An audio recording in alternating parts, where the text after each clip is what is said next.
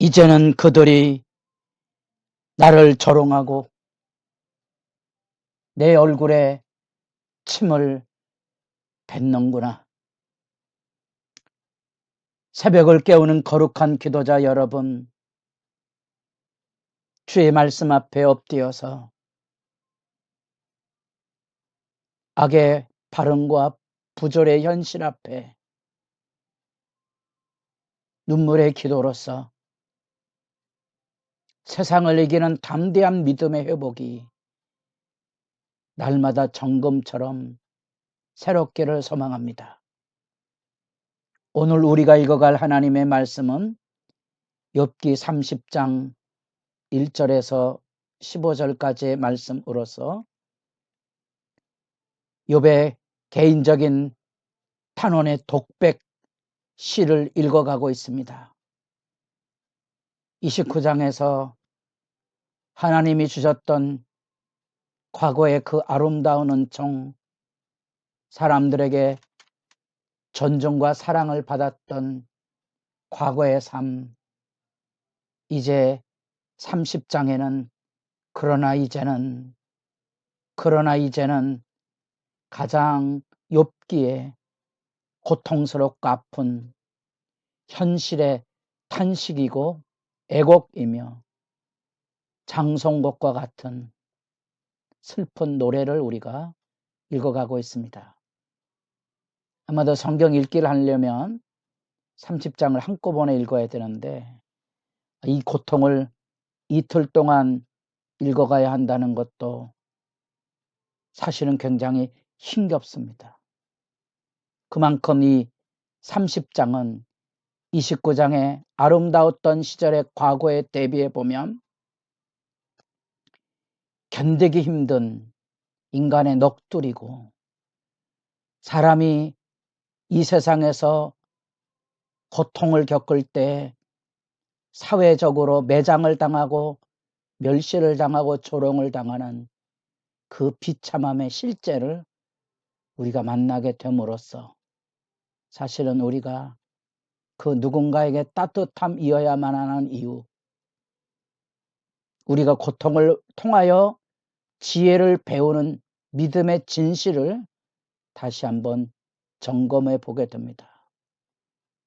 우리는 주를 섬긴다는 주의 백성으로서 이 고통의 아픔에 하나님의 마음의 그 긍휼, 그 지혜를 우리의 기도의 무릎으로서 만나지 못하면 그냥 지나가는 신자, 피상적인 신앙 이해 안에 머물 가능성이 높지요. 우는 자들과 더불어 함께 울지 못하고 웃는 자들과 함께 기뻐하고 즐거워하지 못하는 무자비함의 사람들일 가능성이 높을 겁니다. 그런 점에서 욥기가 좀 우리에게 힘겨운 여정이긴 하지만 세상의 현실의 실제, 살아가는 현실에 우리가 마주치고 겪어가야 되는 삶의 사실, 그 적나라한 사실을 우리에게 들려주고 있습니다. 또 실제로 고통에 마주선 믿음의 가정 돌아보게 되면 이런 고통과 아픔은 우리 매일 일상에서 만날 수 있는 거지요. 암투병을 하며 무너져가는 가정, 치매로 인하여 온 가족이 소진되어가는 슬픈 여정, 뜻밖의 자녀의 사고를 당해서 자녀를 잃어버린 상실의 아픔, 이런 것들은 우리 일상 안에서 만나는 사실의 이야기이고 우리는 욥기를 통하여 어떻게 그런 사망의 음침한 골짜기를 건너가야 하는지, 우리가 어떻게 그들을 도울 수 있는지 그 지혜를 우리가 이렇게 배우고 있는 거지요. 뜬금없는 얘기가 아니고 나하고 아무런 상관이 없는 남의 이야기가 아닌, 그래서 아마도 고통 가운데 떨어질 때 가장 견디기 힘든 게 사회적인 멸시와 조롱으로 이루어지는 소외거든요. 남들 앞에 침뱉음을 당한다는, 그래서 30장의 중요한 주제구절은 9절 10절이거든요.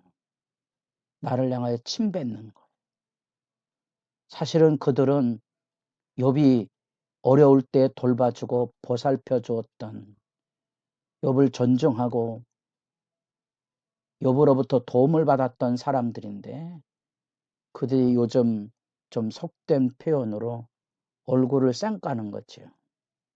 그것만이 아니고요, 더불어서 함께 킬킬거리고 조롱하고 조소하는 그 모습 앞에 우리는 욥이 당하고 있는 절규, 그래서 그 절규를 우리 29장 욥의 마지막 말을 풍자란 말로 우리 개역성경이 번역을 했다 그랬습니다.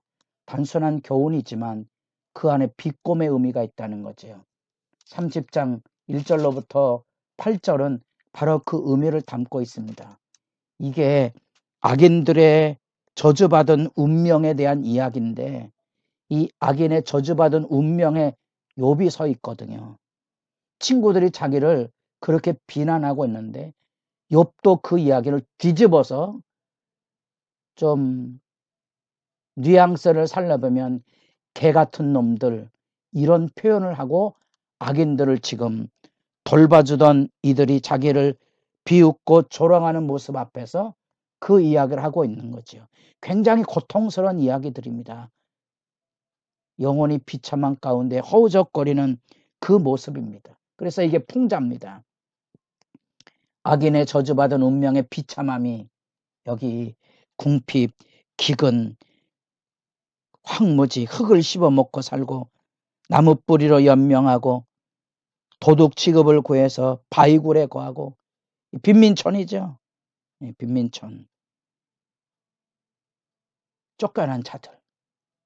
악인의 운명인데 현재 욥이 그런 상황이 됐고, 친구들이 자기를 그런 손가락질 대상으로 삼은 것에 대하여 욥도 이 이야기를 풍자하고 있는 거지요.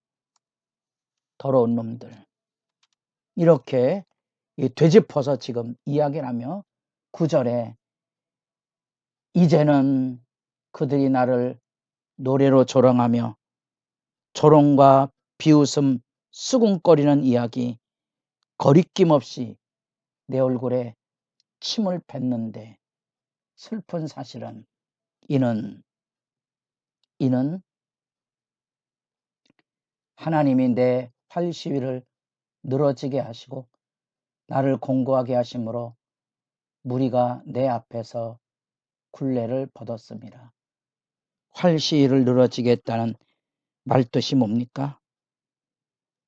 욥이 그만큼 하나님 앞에 이제 자기 역할을 못하도록, 활시위가 늘어지면 아무 소용없는 거 아닙니까? 활을 쏴도 나아가지 않는 거, 버려진 존재가 됐다는 거예요. 누가요? 하나님이 자신을 어찌 보면 저 개 같은 놈들을 통하여 나에게 조롱과 침뱉음을 퍼붓는 하나님 묵묵히 지켜보고 싶나요? 하는 이런 슬픈 이야기이지요. 그래서 그들이 덫을 놓고 마치 전쟁을 해서 담을 헐고 침략해 들어오는 대적들처럼 저들이 나에 대하여 그런 조롱과 침뱉음과 멸시와 대적을 하는데, 누가 그것을 주도하고 계신다고요? 하나님의 허락 없이는 저들이 그렇게 악인들이 날뛰지 못할 거라는 게 욥의 생각이고 그게 욥의 아픔이지요. 그래서 견디기 힘든 이런 절규를 하고 있는 겁니다. 유대주의의 기본적인 개념은 모든 세상의 선악간에 그곳에는 하나님의 섭리가 있다고 믿는 거죠. 악이라는 이원론의 개념이 아닙니다. 그래서 바로가 강팍한 마음을 갖게 한 것도 하나님의 섭리라고 보는 표현이 우리에게는 굉장히 어색하죠. 그런 것입니다. 그래서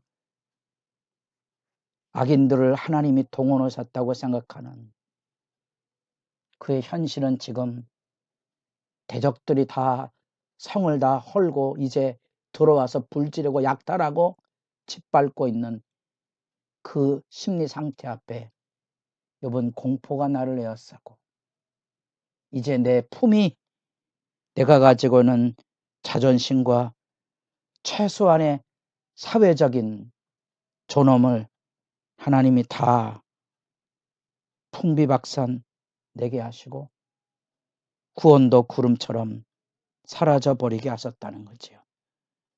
이 아픈 얘기 앞에 우리가 서 있습니다. 배은망덕의 치를 떨고 있는 현실 앞에 하나님이 선봉에 계시다니 그 막장 드라마의